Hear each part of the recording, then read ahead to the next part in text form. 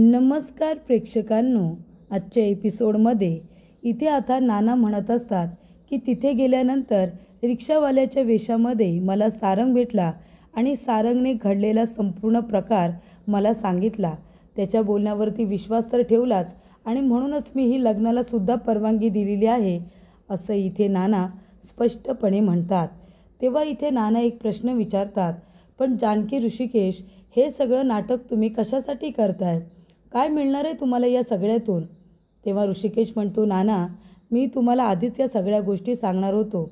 नाना, अहो, जानकीची आई ऐश्वर्याच्या ताब्यामध्ये आहे आणि ऐश्वर्याने धमकी दिली की जर हे लग्न झालं नाही तर ती लताईंच्या जीवाचं काहीतरी बरं वाईट करेल आणि तिने आता जानकीच्या आईला किडनॅप करून इथे आता लग्नाचा प्रस्ताव मांडला. तेव्हा प्रेक्षकांना ऋषिकेश म्हणत असतो की नाना, म्हणजे आता माझा नाईलाज झालेला आहे.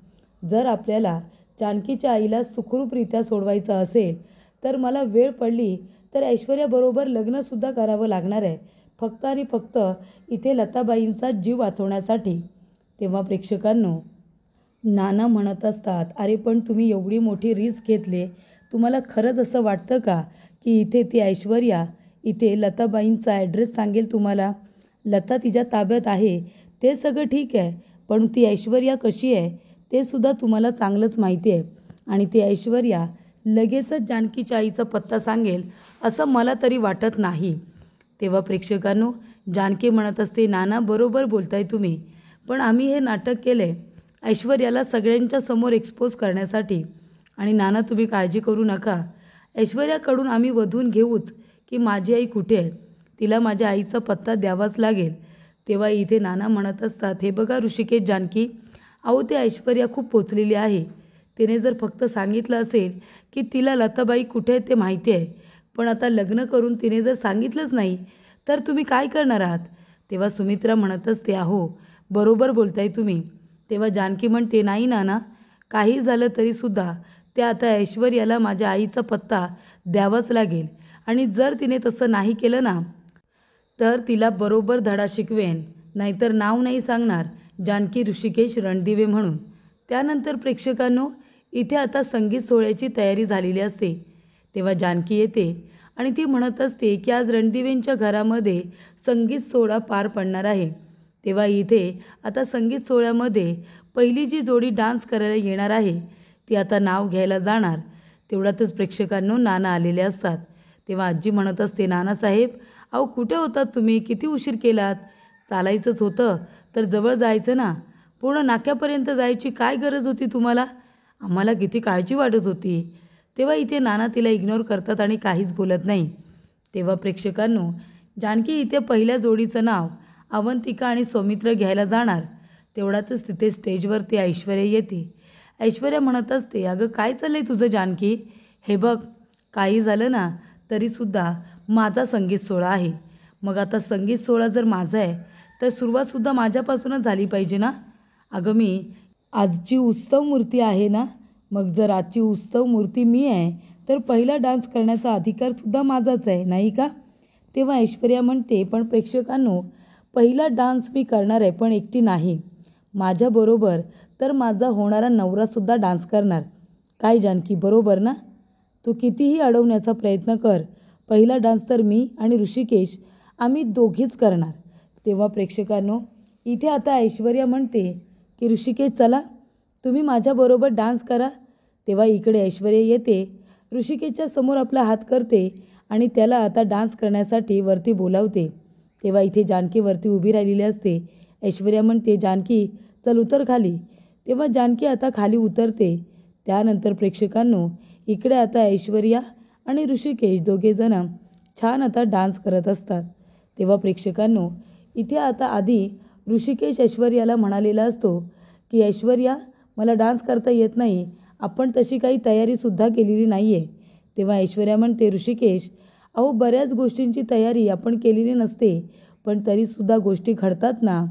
मग आता माझ्या नशिबाचं म्हणा किंवा नियतीचं म्हणा, पण माझं तुमच्याबरोबर लग्न आता ठरलेलं आहे आणि ते होणारच. म्हणून मी तुम्हाला सांगते की आता माझ्याबरोबर वरती या आणि छान असा डान्स करा. तेव्हा प्रेक्षकांनो, ऐश्वर्या आणि ऋषिकेश हे दोघेजणंसुद्धा एकत्र छान डान्स करत असतात. आणि तेव्हा इथे ऐश्वर्या ही आता जानकीला जळवण्याचा प्रयत्न करत असते. पण जानकी काही प्रेक्षकांना जळत नाही. जानकी इथे पूर्णपणे एन्जॉय करत असते, कारण तिने आता पुढचं संपूर्ण प्लॅनिंग हे ठरवलेलं असतं की तिला काय करायचं आहे. त्याच्यामुळे इथे ऐश्वर्यासारख्या मुलीवरती जळण्याचा प्रश्न तर अजिबात उद्भवत नाही. आणि जानकीसुद्धा तेच करते. तीसुद्धा एन्जॉय करते. अजिबात त्या ऐश्वर्याचं बोलणं किंवा तिचं नाचणं ती मनाला लावून घेत नाही. उलट आता पुढे जाऊन कशा पद्धतीने त्रास द्यायचा आहे याचा विचार तीसुद्धा करत असते. आणि डान्स करत असताना प्रेक्षकांनो इथे आता ऋषिकेश जानकीकडेच बघत असतो. त्यामुळे ऐश्वर्याला खूप जास्त राग येत असतो. तर प्रेक्षकांनो इथे आता सौमित्र आलेला असतो. सौमित्र म्हणतो, अवंतिका मी आलोच हा. आणि सौमित्रने इथे आता एक मेकअपची पेटी आणलेली असते सारंगला तयार होण्यासाठी. आणि सौमित्र म्हणतो, कुठे हा सारंग, किती उशीर करतोय. त्यानंतर सारंग आलेला असतो. तेव्हा सारंग म्हणतो, दादा काय झालं, तयारी सगळी झाली ना व्यवस्थित, काही प्रॉब्लेम तर नाही आहे ना. तेव्हा सौमित्र म्हणतो, नाही काहीच प्रॉब्लेम नाही आहे. तू फक्त आता एक काम कर, लवकर लवकर तयार हो आणि तिथे ये बरं. तेव्हा इकडे सौमित्र म्हणत असतो की तुला लागणाऱ्या सगळ्या वस्तू याच्यामध्ये आहेत. तेव्हा सारंग म्हणत असतो, ठीक आहे दादा, आता मलाही असं वाटतंय कधी एकदा मी घरामध्ये येतोय, त्या ऐश्वर्याला एक्सपोज करूया आणि लवकरात लवकर मलासुद्धा घरात यायचं आहे. मलासुद्धा तिथे एकट्याला राहून कंटाळा आला आहे रे. तुझ्याबरोबर तुमच्या सगळ्यांबरोबर आता घरामध्ये येऊन राहायचं आहे. तेव्हा इथे सौमित्र म्हणतो, मग जा तयार होऊन ये, आता या नाटकाच्या शेवटच्या अंकाला सुरुवात करायची आहे. तेव्हा इथे सारंग म्हणतो, हो दादा, आणि ह्या नाटकाचा शेवटचा अंक हा खूपच जास्त खतरनाक असला पाहिजे असं मला वाटतं. तेव्हा इथे सौमित्र म्हणतो, हो सारंग, आपल्याला तेच करायचं आहे. त्यानंतर प्रेक्षकांनो सारंग म्हणत असतो, अरे दादा, पण ती ऐश्वर्या खूपच जास्त खतरनाक आहे, ती मला ओळखणार तर नाही ना. सौमी म्हणतो, असं काही होणार नाही आहे, तू जा बरं तयार हो, मी आहे ना इथे, मी लक्ष ठेवतो, कुणीही येत नाही आहे तुझ्याकडे. तेव्हा प्रेक्षकांनो सारंग आता तयार होण्यासाठी गेलेला असतो. आणि तेवढ्यातच इथे आता ऋषिकेश आणि ऐश्वर्या यांचा डान्स करून झालेला असतो. तेव्हा इथे आता जानकी त्यांच्यामध्ये डान्स करत येते. जानकी येते आणि तुझी चाल तुरू तुरू या गाण्यावरती आता खूपच छान असा डान्स करायला सुरुवात करते. तेव्हा इथे प्रेक्षकांनो आता ऋषिकेश जाऊन खाली बसतो. तेव्हा इथे जानकी आणि ऐश्वर्या या दोघीजणी आता छान असा डान्स करत असतात. तेव्हा प्रेक्षकांनो डान्स करत असताना सुद्धा दोघींमध्ये वाद सुरू असतो. कोण कोणाला फटका मारतंय, कोण कोणाला धक्का देतंय, हे सुरूच असतं. आणि शेवटीला फायनली इथे ऐश्वर्याला जानकीने धक्का दिलेला असतो आणि ऐश्वर्या आता खाली पडलेली असते. त्यानंतर प्रेक्षकांनो इथे आता ऐश्वर्या ही खाली पडल्यानंतर जानकी तिला हात द्यायला जाते, पण ऐश्वर्या काही तिला हात देत नाही. तेव्हा जानकीसुद्धा तिला ॲटिट्यूड देऊन फुल आता उभी राहते. तेव्हा ऐश्वर्या आपल्या मनामध्ये म्हणत असते की नियतीसुद्धा प्रत्येक वेळेला या जानकीच्या बाजूनेच का बरं उभी असते, कारण तिचे कर्म चांगले आहेत म्हणून. तेव्हा प्रेक्षकांनो इथे आता जानकी म्हणत असते, बरं आता एक अशी आम्ही गोष्ट रिक्रिएट करणार आहोत, ती आमच्या खूपच जास्त जवळची गोष्ट आहे. तर इथे एक साधा भोळा व्यक्ती कशा पद्धतीने इथे प्रेमामुळे वाहवत जातो आणि स्वतःचं आयुष्य उद्ध्वस्त करतो, म्हणजे अगदी स्वतःचा अपघाताने कशा पद्धतीने मृत्यू होतो, या सगळ्या गोष्टी आता इथे रिक्रिएट केल्या जाणार आहेत. त्यामुळे प्रेक्षकांनो इथे जानकी, सौमित्र आणि अवंतिका तिघांनी मिळून आता ही तयारी केलेली असते. त्याच्यामध्ये इथे ऐश्वर्या आता आपल्या जागेवरती जाऊन बसते. पण जेव्हा इथे जानकी स्टोरी बोलायला सुरुवात करते एका गाण्यामधून, तेव्हा तिथे सौमित्र याने आता सारंगचा कुर्ता घातलेला असतो, तर इथे अवंतिका ही ऐश्वर्यासारखी मॉडेल तयार झालेली असते. तेव्हा ऐश्वर्याचे डोळे बघा कसे आता मोठे झालेले आहेत. तेव्हा ते लोक आता छान आता डान्स करत असतात. ऋषिकेश तर हॅपी असतो, कारण ऋषिकेशला माहिती असतं की हे सगळं नाटक का करण्यात आलेलं आहे ते. त्यामुळे इथे ऋषिकेश आता पूर्णपणे तयारीतच बसलेला असतो. जे काही चालू आहे ते राहू दे असं तो म्हणत असतो. त्याचबरोबर इथे आता जानकी छान असा डान्ससुद्धा करते आणि स्वतः आता गाणंसुद्धा म्हणत असते. तर ऐका ऐका राजमहालाची कहाणी, साधासुधा राजा तर लबाड राणी, असं इकडे ते गाण्याचे बोल असतात. आणि इथे लबाड राणी ऐश्वर्या झालेली असते अवंतिका, आणि साधा भोळा राजा सारंग झालेला असतो सौमित्र. आणि मग ती स्टोरी रिक्रिएट केलेली असते की कशा पद्धतीने ऐश्वर्याने सारंगबरोबर प्रेमाचं नाटक केलं आणि कशा पद्धतीने इथे तिने त्याचंच घर उद्ध्वस्त करायला लावलं. नात्यांमध्ये दरार आली, भांडणं झाली. त्यानंतर प्रेक्षकांनो इथे आता शेवटच्या क्षणी तिनेच इथे सारंगचा अपघात घडून आणला. या सगळ्या गोष्टी आता रिक्रिएट केल्या जातात. तेव्हा ऐश्वर्याच्या समोरसुद्धा तशा ना तशा त्या गोष्टी उभ्या राहत असतात. सौमित्र आता सारंगप्रमाणे साधाभोळा राजा बनलेला असतो आणि अवंतिका इथे ऐश्वर्यासारखी लबाडपणा करत असते. त्यामुळे इथे ऐश्वर्याला कळतं हे कारस्थान कुणाचं आहे, तर हे कारस्थान तिचंच आहे. तिनेच या सगळ्या गोष्टी घडून आणलेल्या आहेत. तेव्हा प्रेक्षकांनो अवंतिका आता इथे ऐश्वर्याच्या साडीसारखी साडी नेसलेली असते आणि सौमित्रसुद्धा इथे आता सारंगसारखा तयार झालेला असतो. तेव्हा इथे आता ऐश्वर्या पूर्णपणे टेन्शनमध्ये येते, कारण सारंग जाऊन ऐश्वर्याच्या शेजारी बसतो. तेव्हा ऐश्वर्या शेजारी बघते, तिला खूप मोठा धक्का बसतो आणि ती बेशुद्ध होऊन जाते. त्याचबरोबर प्रेक्षकांनो इथे आता जानकी ऋषिकेश दोघेजण ऐश्वर्याला तिच्या रूममध्ये घेऊन येतात. तेव्हा इथे जानकी म्हणत असते, ऋषिकेश एक काम करा, जसं सांगितलं ना तसंच सगळं करा, तिच्याकडून संपूर्ण सत्य वधवून घ्या. तेव्हा इथे ऐश्वर्या म्हणते, काय झालं, काय विचारायला सांगतेस? तेव्हा ऐश्वर्या इथे आता शुद्धीवरती येत असते. जानकी म्हणते, नाही काही नाही, तो आराम कर ऋषिकेश. आणि ती त्याला इथे अंगठा दाखवते आणि म्हणते की तुम्हाला हे काम आत्ताच्या आत्ता करायचंच आहे. तेव्हा इथे ऐश्वर्याकडून सत्य वधवून घेण्याची जबाबदारी आता ऋषिकेशला दिलेली असते. त्यानंतर प्रेक्षकांनो इथे आता जानकी गेलेली असते. जानकी गेल्यानंतर ऋषिकेश म्हणत असतो, ऐश्वर्या कसं वाटते तुला आता, बरं वाटतंय का? तेव्हा ऐश्वर्या म्हणत असते, नाही ऋषिकेश, नाही, मला अजिबात बरं वाटत नाही आहे, मला कसं तरीच होतं आहे, खरं सांगते मला कसं तरीच होतं आहे. मी सारंगला बघितलं, सारंग येऊन माझ्या शेजारी बसले होते, पण सारंग तर या जगामध्ये नाही आहेत ना, मग सारंग जर या जगातच नाही आहे तर मला कसे काय दिसले? तेव्हा प्रेक्षकांनो ऋषिकेश म्हणत असतो की हे बघ ऐश्वर्या, तू जरा जास्त विचार करतेस असं नाही वाटत आहे का तुला? हे बघ जास्त विचार करू नको, त्रास तुलाच होईल. अगं सारंग कसा काय असू शकतो? सारंग या जगामध्ये नाही आहे, तुला माहिती आहे ना, मग तो सारंग कसा काय असेल? हे बघ तू जास्त ताण घेऊ नकोस, आधीच तुझी तब्येत ठीक नाही आहे, त्याच्यामुळे तू एक काम कर, लिंबू पाणी पी बरं. हे की लिंबू पाणी पी. ऐश्वर्या म्हणते, नाही नको मला लिंबू पाणी.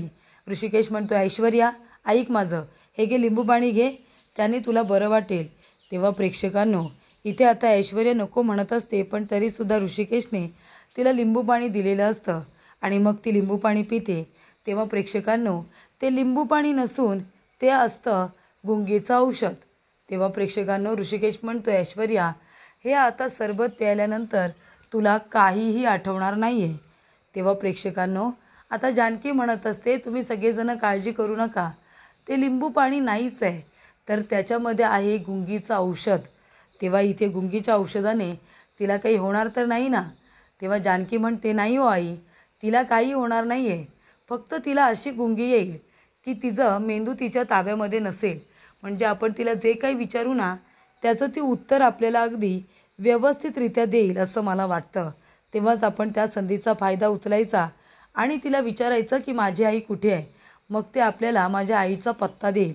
तेव्हा प्रेक्षकांनो इकडे आता नाना म्हणत असतात, अगं पण जानकी कशावरून ती तुझ्या आईचा पत्ता देईल? मला अजिबात नाही वाटत असं. अगं ती जर बेशुद्ध झाली तर ती झोपून जाईल ना. मला तर वाटतं तुमचा हा प्लॅन आहे ना तो फ्लॉप होतोय की काय? तेव्हा प्रेक्षकांनो इकडे अवंतिका म्हणत असते, पण नाना आपल्याकडे दुसरा पर्यायसुद्धा नाही आहे ना, म्हणजे दुसरा पर्यायच नाही आपल्याकडे, तिला बेशुद्ध केल्याशिवाय ती काही बोलणारच नाही. तशी ती काही बोलली नसती. बघूया बेशुद्ध होऊन काहीतरी सांगितलं तर कदाचित आपल्याला लीड तरी मिळेल ना. तेव्हा सौमित्र म्हणतो, अगदी बरोबर अवंतिका, नाना अवंतिका बरोबर बोलते, आपण त्या ऐश्वर्याला असं खुल्लं नाही सोडू शकत, आपल्याला सुद्धा तिच्यासारखं काही ना काहीतरी कारस्थान करावंच लागेल ना, तिच्याकडून सत्य वधून घ्यायचं असेल तर. आणि जर तिने संपूर्ण सत्य सांगितलं तर आपल्याला जाऊन आता इकडे कोर्टामध्ये सुद्धा जानकी वहिनीला निर्दोष सिद्ध करता येईल असं इथे आता सौमित्र म्हणत असतो की आपल्याला काहीतरी लीड मिळू दे त्या ऐश्वर्याकडून, आणि एकदा का आपल्याला लीड मिळाली की मग आपण लगेच जानकी वहिनीला निर्दोष सिद्ध करू. तेव्हा प्रेक्षकांनो इथे आता सुमित्रा म्हणत असते, अरे बाबांनो, तुमची जी काही इच्छा आहे ना ती लवकरात लवकर पूर्ण होऊ दे. आम्हाला तर भीतीच वाटली होती, सारंग तिथे आला तर ऐश्वर्याने हात वगैरे पकडला असता तर. तेव्हा प्रेक्षकांनो, इथे आता अवंतिका आणि जानकी या दोघींना सुद्धा माहिती असतं की ऐश्वर्या घाबरट आहे आणि म्हणूनच त्यांनी दोघींनी हा प्लॅन तयार केलेला असतो. तेव्हा प्रेक्षकांनो, इथे आता माया आलेली असते घरामध्ये. माया म्हणते की हा वास कसला येतोय. तेव्हा प्रेक्षकांनो, इथे आता रॉकेल घेतलेलं असतं. तरी इथे माया आणि लता दोघीजणी फार घाबरतात. लता म्हणत असते, ए बाजूला हो ग, मी आता ह्या घराला खरोखरच आग लागणार आहे. पूर्ण घर मी जाळून खाक करून टाकतो की नाही बघच. तेव्हा इकडे आता लता सगळीकडे तो रॉकेल टाकत असते. तेव्हा इथे माया म्हणते, अहो काकू, काय करताय तुम्ही? तुम्ही इथे सगळीकडे रॉकेल टाकले, आपल्याला आग लागली तर? आपल्याला जर आग लागली, आपण मेलो तर काय होणार आहे? बाहेर तर बाहेर पडणार नाही आणि आपण जाऊ ढगात. तेव्हा इकडे लता म्हणत असते, नाही, आता मी कुणाचं काहीसुद्धा ऐकून घेणार नाही आहे. आणि ती आता एका कोपऱ्याला रॉकेल टाकते आणि तिथेच आता आग लावून टाकते. तेव्हा प्रेक्षकांनो, इथे आता मायाने लताला खूप थांबवण्याचा प्रयत्न केला, पण लताने तिचंसुद्धा काही ऐकलं नाही आणि सरळ ती आता बाहेर पडली. तेव्हा प्रेक्षकांनो, इथे आता अवंतिका म्हणत असते की काय चाललं आहे, मला काही कळत नाही आहे. म्हणजे इथे ती ऐश्वर्या अजून काही बोलायलासुद्धा तयार नाही आहे. तेव्हा प्रेक्षकांनो, इथे लता आता परिपूर्ण स्वतःला सोडवण्याचा प्रयत्न करत असते, तिथून बाहेर पडण्याचा प्रयत्न करत असते. तेव्हा प्रेक्षकांनो, माया जाते आणि दरवाजा जोर जोरात वाजवत असते की दादा, अहो आमचा जीव वाचवा, माझा आणि इथे काकूंचा जीव वाचवा, आमचा जीव धोक्यात आहे. तेव्हा प्रेक्षकांनो, इथे आता माया माचीची काडी पेटू देत नसते, ती त्याला थांबवण्याचा प्रयत्न करत असते. पण इथे आता काहीही झालं तरीसुद्धा आग लागणारच असं आता लताने ठरवल्यामुळे ती काही मायाचं काही ऐकायला तयार नसते. त्यानंतर प्रेक्षकांनो, इकडे आता तो माणूस येतो, गुंड माणूस, आणि तो आग विझवण्याचा प्रयत्न करत असतो. पण आग आता विझत नाही, तर आग त्याच्या अंगावरती येत असते. त्यामुळे प्रेक्षकांनो, इकडे आता लताचं लक्ष जातं, तो माणूस इथे घाईघाईने आग विझवण्याचं काम करतोय, तर इथे माया आणि लता दोघीजणी बाजूने आता सटकून जाण्याचा प्रयत्न करत असतात. इथे माया खूपच जास्त घाबरलेली असते. तिला असं वाटतं की जर आपल्याला काही झालं असतं तर आपण दोघीजणी आपल्या कुटुंबापर्यंत पोहोचू शकलो नसतो. आणि तेव्हाच प्रेक्षकांनो, इथे आता माया आणि लता या दोघीजणी तिथून बाहेर पडलेल्या असतात. तेव्हा इथे मायाने नकळतपणे का होईना पण इथे लताची काळजी घेतलेली असते. लताला काही हवं नको ते बघितलेलं असतं. आणि प्रेक्षकांनो, इथे आता सगळ्या गोष्टी व्यवस्थित पार पडलेल्या असतात आणि तेव्हा आता पळून जाण्याची वेळ आलेली असते. आणि तेव्हा माया आणि लता दोघीजणी घरीसुद्धा जायला निघतात.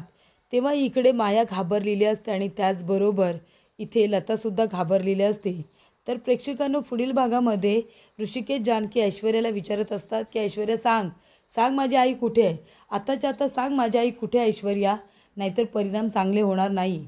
तेव्हा प्रेक्षकांनो, इथे आता ऐश्वर्या खूपच जास्त रागात असते. ती म्हणत असते, ए जानकी, काय करायचं आहे ते कर ग, मला काही विचारू नकोस, कळलं ना? माझ्या मर्जीने काही नाही बनलं तरीसुद्धा चालेल, पण मला थोडं आता शांत राहू द्या.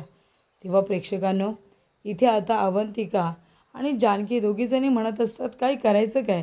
जानकी म्हणते, ऋषिकेश ही काय बोलायलाच तयार नाही आहे, म्हणते की माझी आई कुठे, हिला माहिती नाही आहे म्हणून. तेव्हा इथे लता आणि माया या दोघीजणी आता एकत्र निघालेल्या असतात. दोघीजणी खूप दिवसानंतर आपण भेटलो आहे, तुम्हाला माहिती आहे ना? तेव्हा प्रेक्षकांनो, इथे माया आता लताला चांगली ओळखत असते. त्यानंतर इथे तो गुंड माणूस येतो आणि म्हणतो, ए थांब थांब, सांगितलं ना थांब.